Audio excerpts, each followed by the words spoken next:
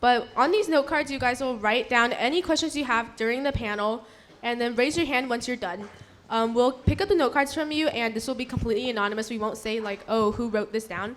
And basically, we'll just answer your questions.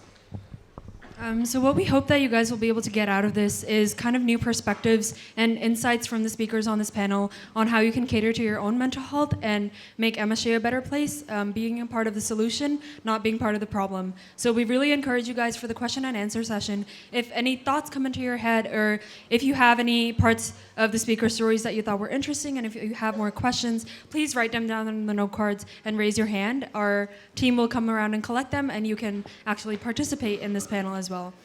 So to start off our event, we're going to have our first three speakers introduce themselves and talk a little bit about why they're here. All right. Hi, guys. I'm Anna Singh. I'm a senior here at Mission.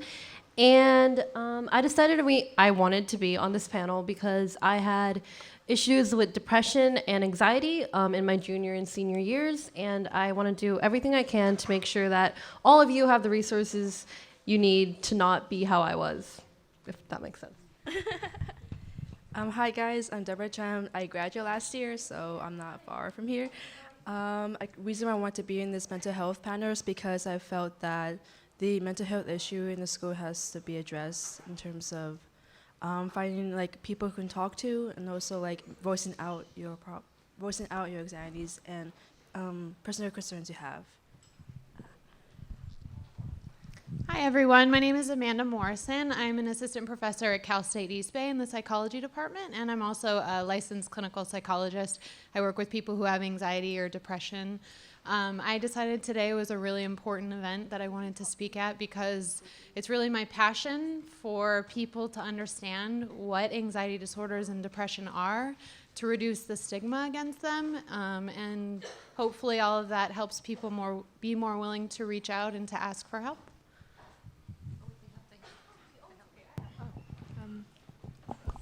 Hello, my name is Emily, and I'm a current junior. And so I do want to preface this by saying that I know a lot of people say junior year is like the hardest year, but my story is actually going to be kind of the opposite of that. And also, like, if I do start crying, like, don't be too concerned, because like I cry super easily. Like, if I watch a video of a blind dog, I'll be like, I need rehydration. Like, so it's okay. And so, well, it really all started like freshman year, which is really strange. I know a lot of people start like later in like an upperclassman. But what happened was, because 9th grade was so different from 8th grade, like it's all relative. So like at that time, when I was a freshman, relative to what I had in 8th grade, I was under immense stress. Even like now, I feel like what I was doing was nothing compared to what I'm doing now. It's still all relative. So like I know freshmen catch a lot of like crap for complaining, because they're like, everyone's like, oh, it's the easiest year. But like to them, you have to keep in mind that this is the hardest they've ever done.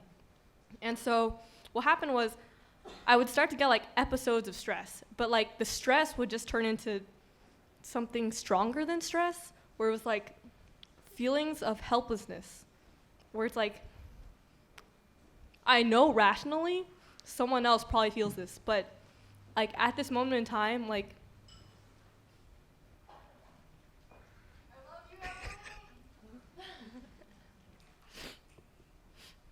like you just don't know that anyone's out there, and like I don't feel that way anymore, and I'm really grateful, but it's just, you have to keep in mind that you never know what someone else is going through.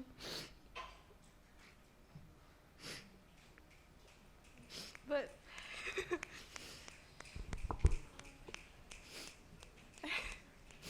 anyway, this was like purely academic stress though, so I am really lucky in that like it wasn't a long-term like disorder or like condition. So what happened was, I actually got really sick. I got pneumonia.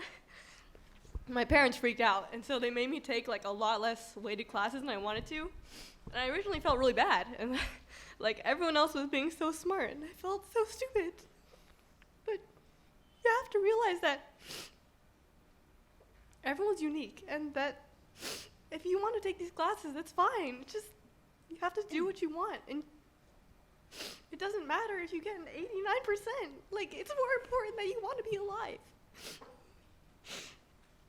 So, why I came to speak to the panel is not to cry. That's kind of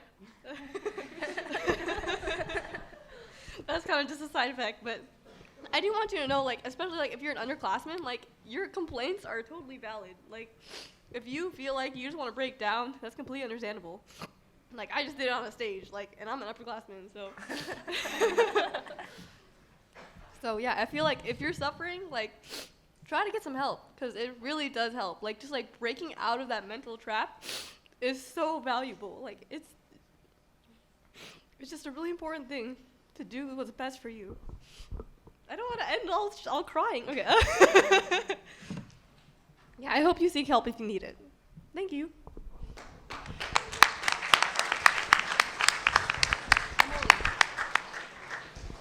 Okay, good afternoon, everyone. My name is Rochelle Ogundelli, and I'll start by telling you a little bit about what I do at Stanford University's Center for Youth Mental Health and Wellbeing, and then I'll go into a little bit about my own history with mental health. So like I said, I'm from the Stanford University Center for Youth Mental Health and Wellbeing, and I'm a social worker. And what we do at the center is the center was established about 2 years ago, and what the center does is it increases partnerships with the community to increase awareness around youth mental health in terms of early intervention services and the milder part of mental health. A lot of work right now is being done around severely mentally ill individuals and individuals that are having really severe problems, but sometimes individuals that are having issues that aren't so seen or sometimes overlooked. And so we want to make sure that everybody on that spectrum is noticed and receives the support and service that they need. So that's what we do at the center. And my experience with mental health, I'll start by saying, this will give you some context. So I'm an immigrant to the United States. I'm an Afro-Caribbean woman, and I am the youngest in my household. I have a sister, and she's 16 years older than me. And my sister was first in her class when she graduated from high school. She's a go-getter, and she's really, really hardworking, right? So I call my sister the goody two-shoe, and I'm my mother's devil child. Like, that's what I call myself, even to this day. So that'll give you some context. So I'll start at the top and work my way down. So I was in grad school in New York, because I'm from New York, and it was my first year in, and I was ready to quit. Like, there was no conversation about why I was quitting. I didn't talk to anybody about why I was quitting. I was just done. Like, done submitting papers, just done going to class. I'm done. And I got the paperwork to submit to say I'm dropping out. And my boyfriend at the time said, well, you're not dropping out, because if you're dropping out, like, it's over. Like, we're not going to be together anymore. And I was like, what do you mean? And so I said, okay, let me try to figure this out, because here I am going to school to be a social worker, to help people to manage their lives, manage their mental health, and here I was going through something that I wasn't addressing. So I was having issues with sleep. So I was either sleeping too much or not sleeping enough. I would sit down to write my 10-page paper, and not be able to write anything, not be able to produce anything on paper, and then say, okay, well, maybe I need to do some more research, and then I'll be able to get it together. And I still wasn't able to get it together, which is what led me to wanting to drop out, because I thought that I wasn't competent enough to do it. And so I went to the school health center, and they gave me a diagnosis of SAD. Does anybody know what that is? What is it? Yes, seasonal affective disorder. Like, what is that? I am affected by the weather. Is anybody here affected by the weather? Okay. So I am from Jamaica, so there's a lot of sun there, just like there is a lot of sun here. I moved to New York. New York gets a decent amount of sunny days. I went to college in upstate New York.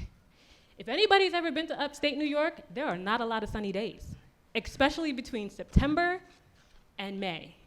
But I didn't know anything about SAD. So I did undergrad in upstate New York. And I remember I had a lot of energy. September, October, November, no energy. Finals, no energy. Couldn't finish papers, couldn't do anything. Submitting half-assed papers, so C papers. But I thought, okay, well, this is just what I can do. And my advisor at the time said, hey, remember that something's going on with you during the winter season. You need to think about that. I wasn't thinking about it. I didn't know that it was a thing, but somebody else knew that it was a thing. And it wasn't until I was ready to quit and somebody gave me an ultimatum that I was able to seek help. But I had been having these issues from much earlier than just grad school and college. I was having these issues in high school, sleeping too much. My parents called me lazy. You know, I wasn't lazy, I was just affected by the weather, and I didn't know. But now I know. And now I know when there's, you know, I'm hoping that today, this is the last day of this weather, because I'm gonna have a hard time come Sunday if it's still like this. But I've learned to cope. I've learned that there are things that I can do, like using a light box that gives me the UV rays that I need to help give me some energy. I don't take medication because I don't need to, because I've learned some other ways to manage. But mental health you can be impacted by the weather. You can be impacted by what you eat. It's not just, you know, something that you're just predispositioned to. Like anything can affect your overall mental health. So for those of you who feel like, well, I don't have bipolar disorder or I'm not severely depressed, it doesn't mean that you don't have a challenge that you're going through that's maybe slowing you down to be where you want to be. So just pay attention to yourself. Pay attention to what's going on, and really pay attention to the people around you and the feedback they're giving you about what they notice when things are changing with you. And that is all.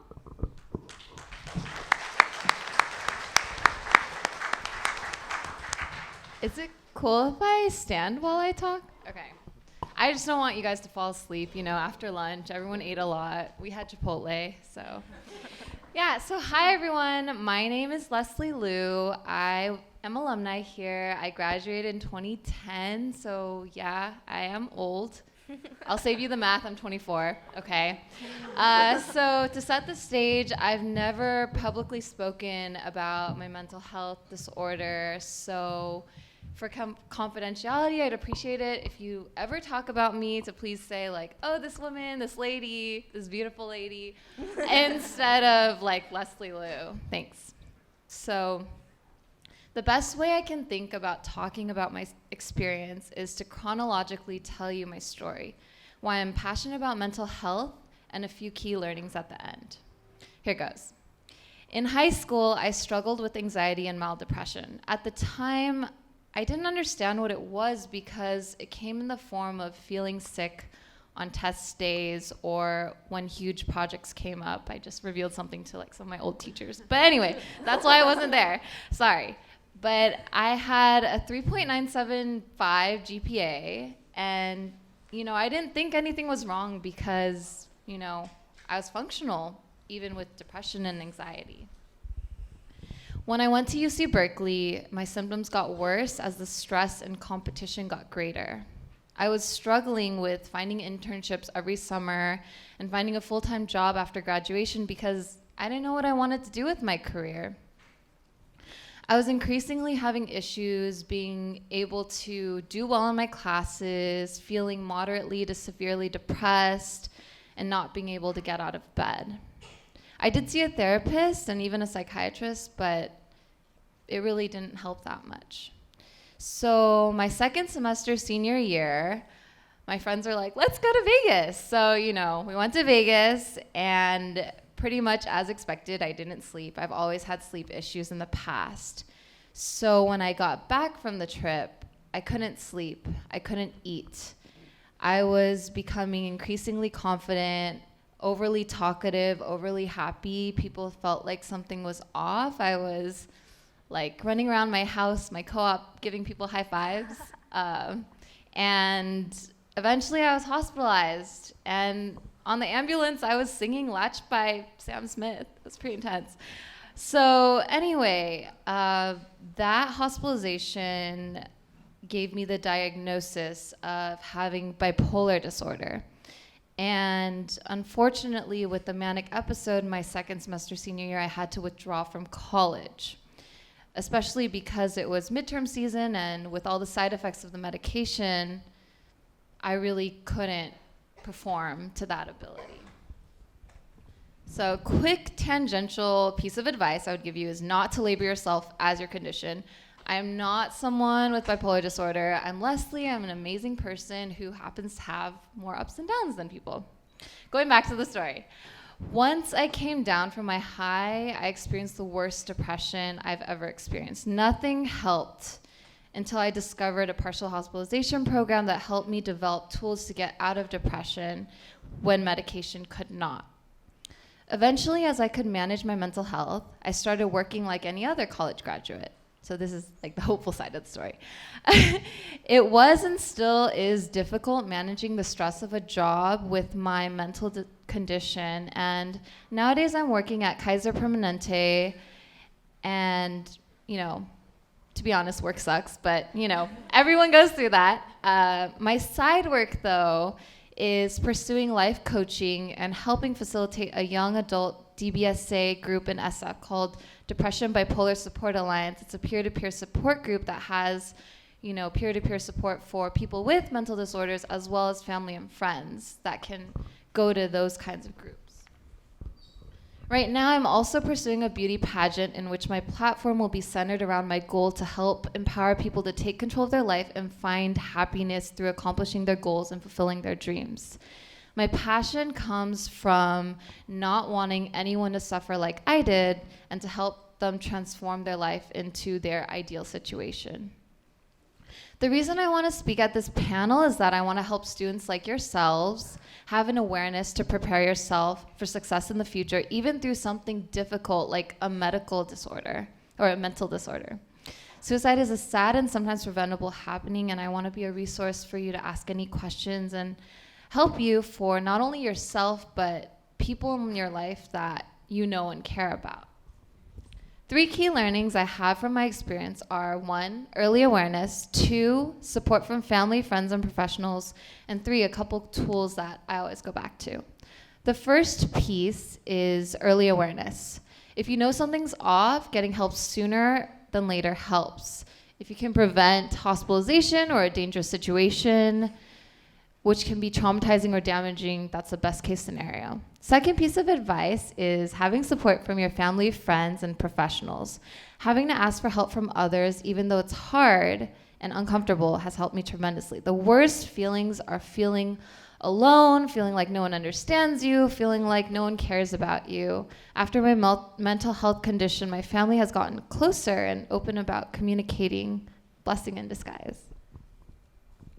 Third piece is 2 easy tools I like using. 1 is a gratitude journal kind of thing that I have where I write down 3 things that I'm grateful for in the day, 3 things I like about myself, and 3 things I forgive myself for. Second thing is, you know, writing down, if today I'm feeling really sad or horrible, I just write down the rest of the week, like, okay, what's something I can look forward to every day of the week, whether it be exercising, hiking with friends, reading a book, buying myself flowers, whatever, anything. You know? So my hope is that by sharing my experience with you all, it will help guide you to success and to ask for help when you need it. Throughout your life, you will encounter people with mental health disorders, and having some knowledge and awareness will be important. The ideal situation is for people to be non-judgmental and lend a hand when someone is struggling. Thank you, and feel free to approach me after the panel if you have questions.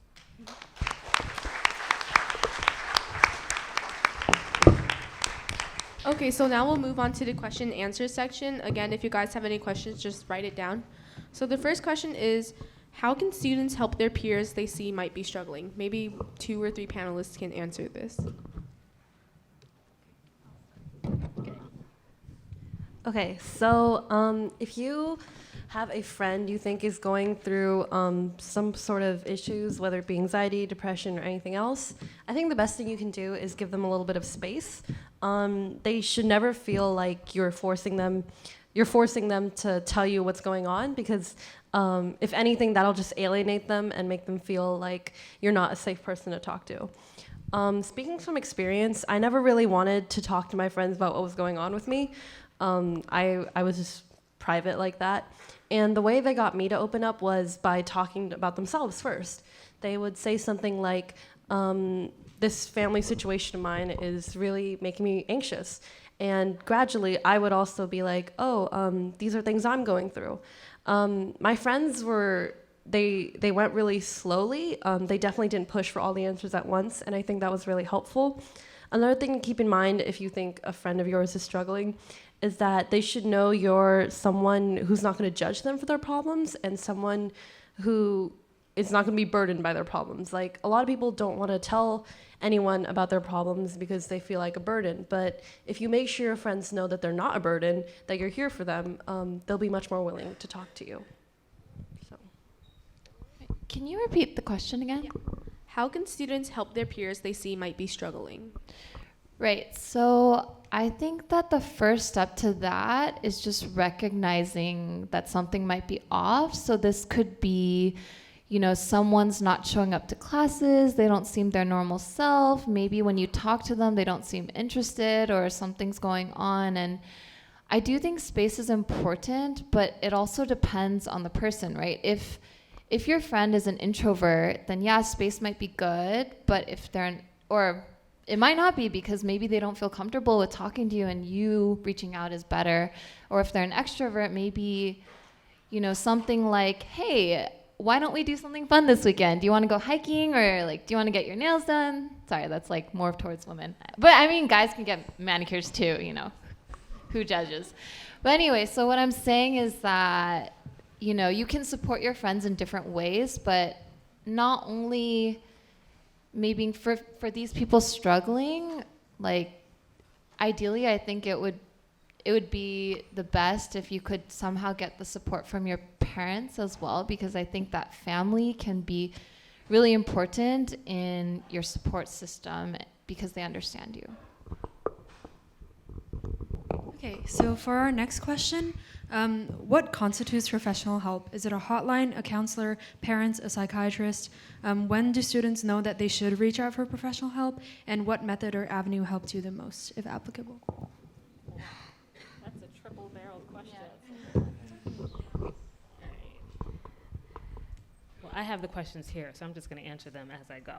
So, what constitutes professional help? I think any of the options here, the hotline, counselor, parents, or psychiatrist, counts as professional help. Sometimes you start with one, and then that leads you to the other.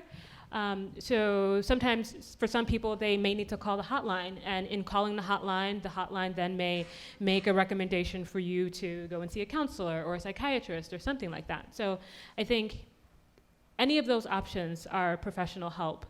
But there's also the help of just a helpful friend or a helpful teacher or parent that is also a good place to start, especially if you're wary about professional help.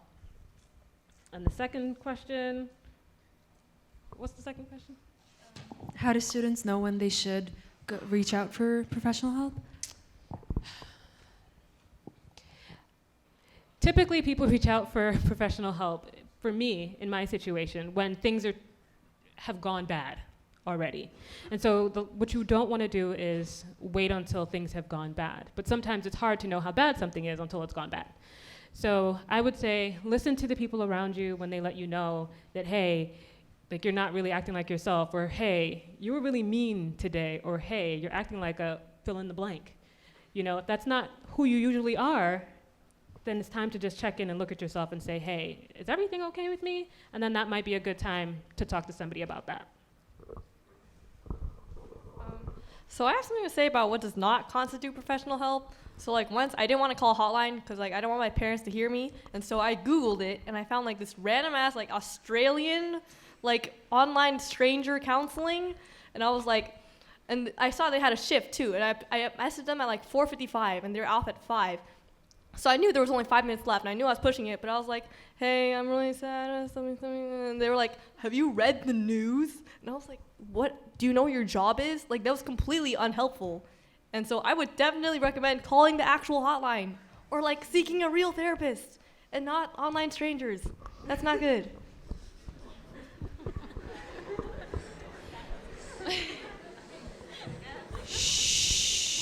Yeah, so I kind of have a similar experience too. I've called hotlines and crisis lines, and it can be hit or miss. Sometimes you can get people, like literally this past month, I called someone and he was just so matter of fact. And then I told him, you know, I was feeling really bad when I called you and I was hoping to feel better, but I actually feel worse. So it really depends on like who's on the other line, and they can, I mean, after that he was nicer to me, okay, but hotlines can be helpful when you're having a breakdown. But what I can say about when should you seek help, I don't think there's any reason to, well, people feel uncomfortable asking for help, but what's the worst that could happen, right? Like you make an appointment with the therapist, you meet with them, they help you, but you really don't need help. Like, okay, you know, that's not so bad, you know? And then in terms of what has helped me the most out of all those, you know, different things, I think that it's not really about one thing. It's about a holistic approach, right? So seeing a psychiatrist for meds if you need it, seeing a therapist if you need someone to talk to you, like from a third party to really evaluate your issues and what to do, having a social circle of family and friends who can really support you because they understand you and they've known you for a while, and like a hotline when need be, when, you know, maybe your friends aren't up at 4 a.m. So I think that it's really about creating this kind of just toolbox of different things that you can do to manage your health. Okay, so this is just a quick reminder. If you have any questions, just jot them down. Okay, so our first audience question is, if my boyfriend or friend stresses me out, leading me to more anxiety/depression, what do I do?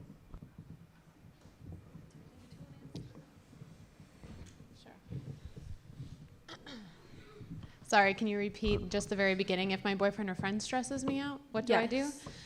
I wish this was so easy as, okay, step 1, you do this. Step 2, you do this. Step 3, you do this. Done. Problem solved. But as we all know, everybody's situation is different. Everybody's romantic relationship is different. Friend circle is different. So there's no easy answer to say exactly what a person should do. I also try to stay away from shoulds, just like you guys were talking about. When should you see a professional? There's no rules about it. If you think it's something that might be beneficial, try it out. If it doesn't work, don't try it out. As for the friend situation, maybe take stock a little bit by going to writing. I really liked what you were talking about, the gratitude journal. I find that when my thinking is really convoluted or confused, or I feel like I'm weighing options for way longer than I need to, I should just make a decision, I like to go to writing. When you write, you get it all out there. Sometimes it helps just to slow down your thinking. It helps you evaluate the pros and cons in a way like maybe you're talking to someone even though you're not ready to talk to someone about it. And evaluate what it is that you're getting out of those relationships. Are those relationships meaningful and important? Are those people long-term friends?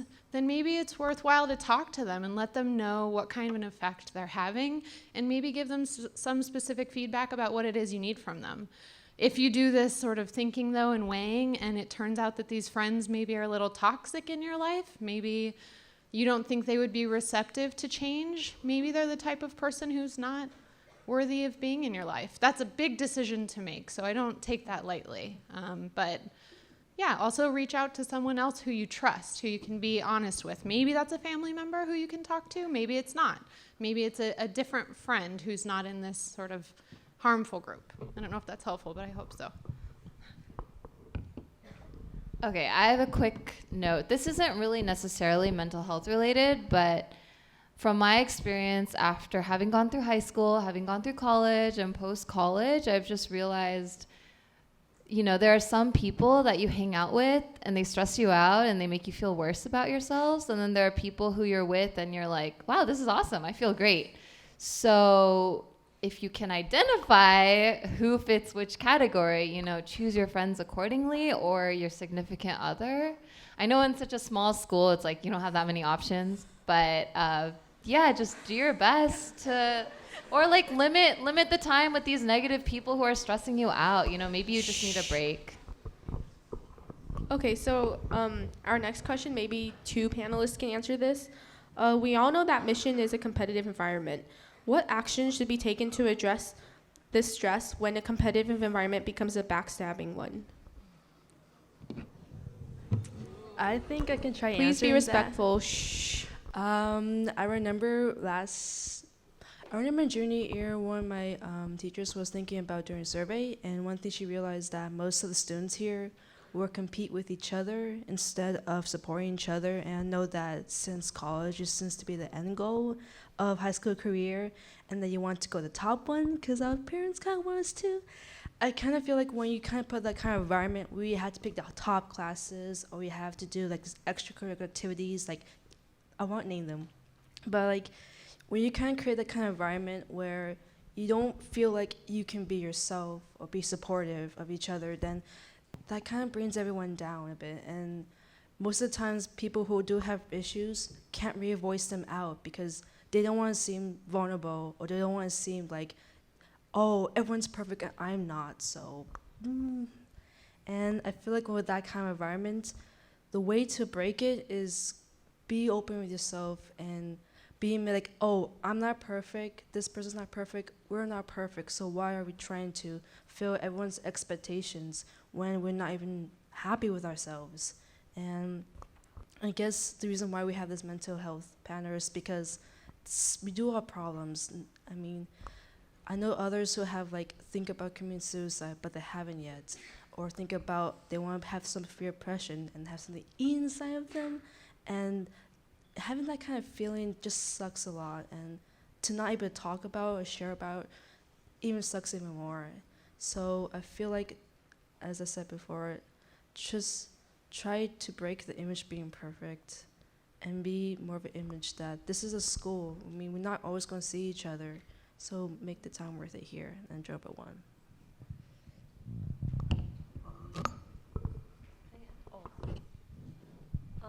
So I definitely have to agree with what Deborah said, and I think a big problem with mission culture is that the students all kind of push it. There are people in each grade, I feel like, who kind of have like a different path from most people.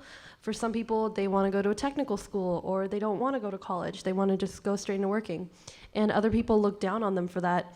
And that's part of the issue, because as Deborah said, we've all been like pushed into this mindset that we have to take certain classes, go to certain colleges, otherwise it's not worth anything.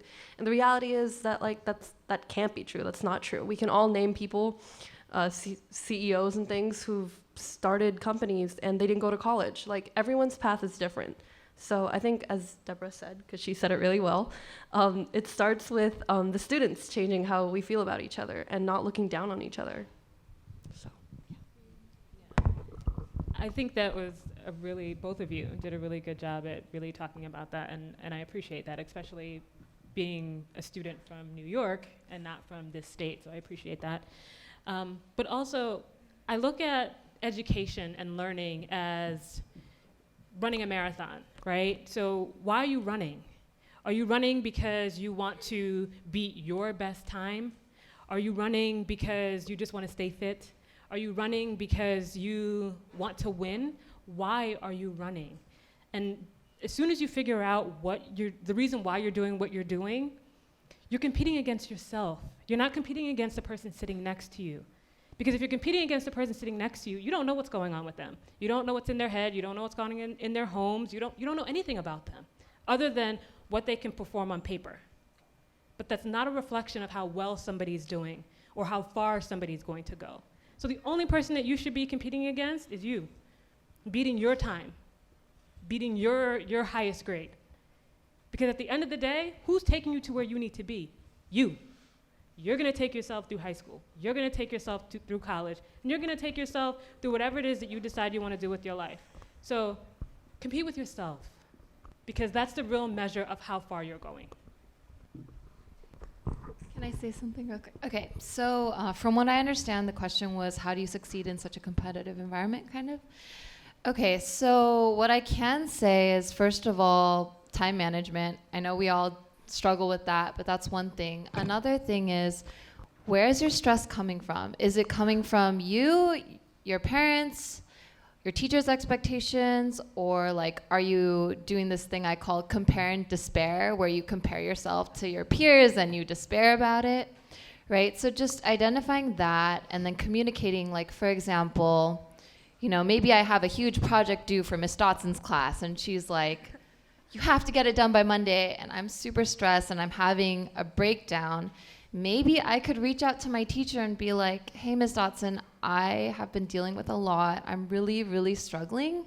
Can you help me figure out a way to get this done? You know, your teachers are here to support you, and they want you to do well. They don't want to give you B's or C's or D's or F's, you know? They want you to succeed. So really communicate with your teachers. And then if your parents are the stressors, well, hey, Mom, you know, English isn't my best subject, and I'm really struggling managing everything. So, you know, I'm just not going to do well on this test. Is that okay? Are you cool with me being happy versus getting an A on this test?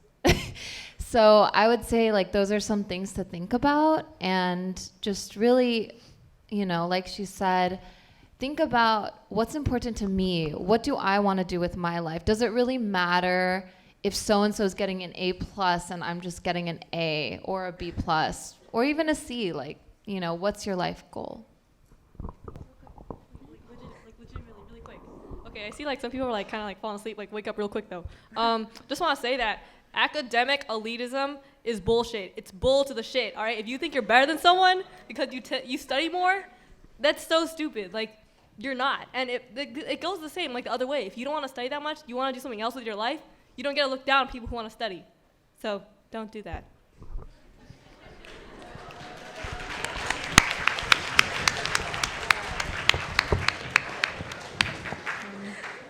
Okay, so we have another audience question here.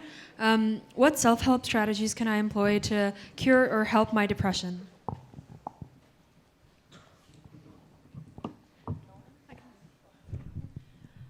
I can say just a couple things about depression for what you can do without the help of a mental health professional. Some things that we know can really help with depression, and this isn't going to work for everyone all the time. It's really about having a lot of different options and trying out what's going to work for you. One thing that we know is vital is sleep. People are like, I don't have time. I can't sleep. Well, that's a decision, but what we know is that sleep is involved in mental health to such a degree that there's a lot of research showing that lack of sleep might be a primary cause of a lot of disorders, not just depression, not just bipolar disorder, but of a lot of disorders. You need sleep. Second, talking to people. This doesn't always have to take the form of talking all the time. It can take the form of writing, but getting out what some of your thoughts are. Hopefully talking to a person who's going to just listen and not tell you what to do, just someone who's going to be there. We also know that exercise and being active is extremely important. Being active doesn't have to mean you run marathons. It can mean you go for a walk. You take your dog for a walk. It can mean you really do anything. Go play with kids who you babysit. Just do whatever it takes to get a little bit of heart rate elevation and a little bit of aerobic exercise. Eating really matters as well. Eating regularly and eating somewhat healthy. It doesn't have to be perfect. Actually, I think for myself, eating chocolate is a really good mental health strategy. So we're each unique. I just try not to eat only chocolate. So those are just some little tips and strategies. And then each of you knows what's going to help you. So I encourage you to get to know yourself a little bit better and to build in breaks for yourself. Don't just constantly push it. Build in some sort of a reward or some sort of a mental break, especially during times of stress, projects, finals, all that. Kind of like really quick. So last year when I had depression, I had real trouble like working on assignments or replying to messages or emails that were really important. So what I did was I would set a timer for myself. I would be like, okay, at 6 p.m., I'm going to answer all the emails I have to. I'm going to message everyone I have to, make sure like everything gets done. And that kind of helped my brain like get ready for that time, because I didn't really want to talk to people. But if I knew, okay, I'm going to do it at 6 and then I put my phone down, it like helped me. And then as for working, I found that like my motivation to work would come and go, but if I set like a schedule and stuck to it, even if I wasn't motivated to work, I would still do it, and it would help me when I was depressed, because when you're depressed, like time can sometimes pass really quickly or really slowly, and you have like no idea. So if you set alarms for yourself, like if you say, I'll work from 4 to 5 when I get home, that helps your brain kind of like set a schedule, and then you get used to that. So that's how you can keep working. Yeah, so I have a couple things to add. So for getting out of depression, I think what's helped me is doing things that matter to me, things that are fun, having a list of things I like to do, which are called like self-coping skills or things like that. Doing something creative, like some kind of creative outlet. I love to dance, so that makes me really happy. And another thing would be accomplishing your goals. So, you know, doing something like, even if it's easy, like making your bed, like just doing that in the morning, that helps a lot. And recently I did this thing where I wrote a love letter to myself, and sometimes when I feel down, I read it. No shame. And then another thing is like making a list of things that you're proud of, like your accomplishments, or you know, things that you're really happy about, like, oh, you know, there's this really, okay, I don't want to say this because it sounds stupid, or not stupid, but like, oh, I got an A on my test, or like I got a 2200 on the SAT, you know, like things like that. That's a huge accomplishment, you know, or like I go to this amazing school at MSJ, you know, or I have these like 5 really close friends of mine that I can count on. And then also another thing that I do is sometimes when I'm feeling down, I'll just reach out to my friend like, hey, so-and-so, I'm feeling really down. Can you remind me, like, what makes me me? Like, why are you friends with me? Like, why do you like me, you know? And it might sound kind of weird, but that's helped me rediscover myself and kind of not think I'm just this, like, sad person all the time. And another thing is podcasts. I don't know, when I was in high school, I never listened to podcasts, but now it's a huge thing. So I like this one called Happier by Gretchen Rubin. And I also like Tim Ferriss' show. That's another podcast. And Tony Robbins, who's a life coach. So podcasts can also be great for inspiration and getting you out of depression. Okay, so our very last question is, everyone keeps telling me to love myself, but it's so hard when people keep picking on me. How do I keep the faith and love myself? Don't listen to them. High school is full of mean people. Like, seriously, just don't listen to them. They probably have issues that they don't want to talk about. And also think about like, who are you going to listen in terms of like, whose opinion are you going to value? Are you going to value the ones who don't help you or don't even care about you, or the ones who are willing to stick up for you even when you're having a bad time? I don't know. I feel like that question kind of says like, maybe you're criticizing yourself a lot, and I know a lot of us have self-doubts about ourselves. Blah, I'm bad with English. But I think overall I was thinking, just admit that we all make mistakes, but that you're not a mistake. You're a human being. You have so much potential to do what you want. And if something's holding you back, like a person or a problem, then you do have the power to overcome it. I mean, don't let it sit there. Right, so something I have to say is that I think a lot of people tend to focus on the negatives versus the positives. So let's say 3 of your friends compliment you, but then one person says something negative that brings you down. Like, what are you going to listen to? Probably the one thing that brings you down, right? So I guess it's about, like, not really, you know, caring about what these people are saying. If, you know, if they're being mean, then, like, just let it slide off. I know it's really hard. But another thing that I like doing myself is something called mantras. So just a list of 5 phrases or sentences that I tell myself like in the morning or like when I'm feeling stressed, or like I might write it down, I might post it on my mirror, or like put it in my notebook and just read it when I need to. And some of those could be like breathe, don't stress, I'm enough, like I love me for me, or it doesn't matter what other people think. And I think those messages are really good at, kind of reprogramming your brain to think like, I am this great person. And like, yeah, these people might say all this SHIT, but whatever, Okay, sorry. One quick last question. The cultural stigma about mental health is powerful, even now in therapy. The stigma makes it difficult for my family to accept some of the behaviors that resulted from my depression. What would your advice be?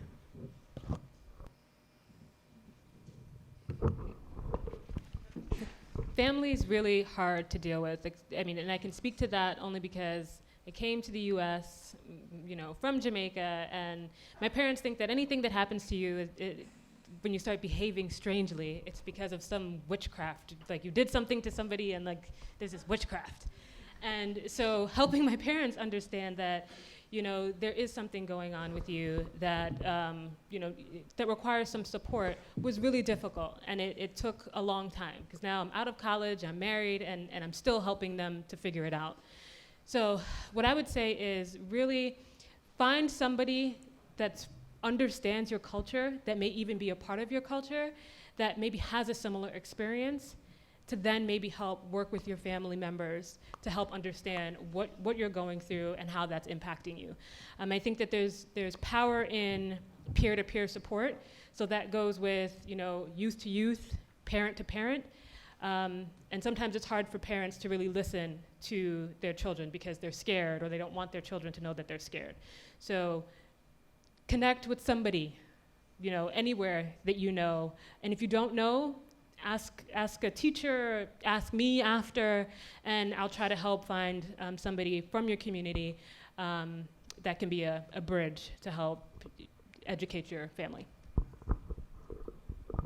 Yeah, so kind of what I've noticed as an Asian American is that a lot of Asian parents don't believe in mental health. They don't really understand it. I talked about this in the previous panel, but I remember in college I told my mom, I'm seeing a therapist, I'm going to counseling, and she was like, that's great. And she told all my aunts and uncles, and she didn't know that it was because I had issues. She just thought, that's great, But what I can say is that it takes a lot of work because, that generation can sometimes be really closed-minded. Now things are changing a little, so that's good. But yesterday I literally talked to my mom about this, and she said to me, in quotes, as a parent, I would like my child to tell me if there's something wrong to find a solution. That's the most important than anything else. Without help, there's nothing. Like bad grammar and all. But anyway, so all I can say is, your parents are there to support you. The worst that could happen to them, I think, is if their child took their own life, right? So if you can have this conversation with your parents and get them on your side, and there are resources for, family and friends of people with mental disorders. Like I told you, I like going to DBSA, Depression Bipolar Support Alliance, and like my parents have gone to that, and it's been really helpful to educate them that mental health is an actual medical condition. So there are some questions that we haven't been able to answer today, and now that we have to end this panel, we just want to let you guys know the point of this panel was to encourage you guys to bring up these topics and questions with each other's in conversations with your parents, your teachers, and your peers around you, because it really is up to us to address the issue of mental health. And if nobody talks about the issues that were brought up by the panelists after this event is over, then it was pointless for you to spend an hour here. And it's up to us to be a part of the solution, not be a part of the problem. And so can we please give a huge round of applause to all of the panelists.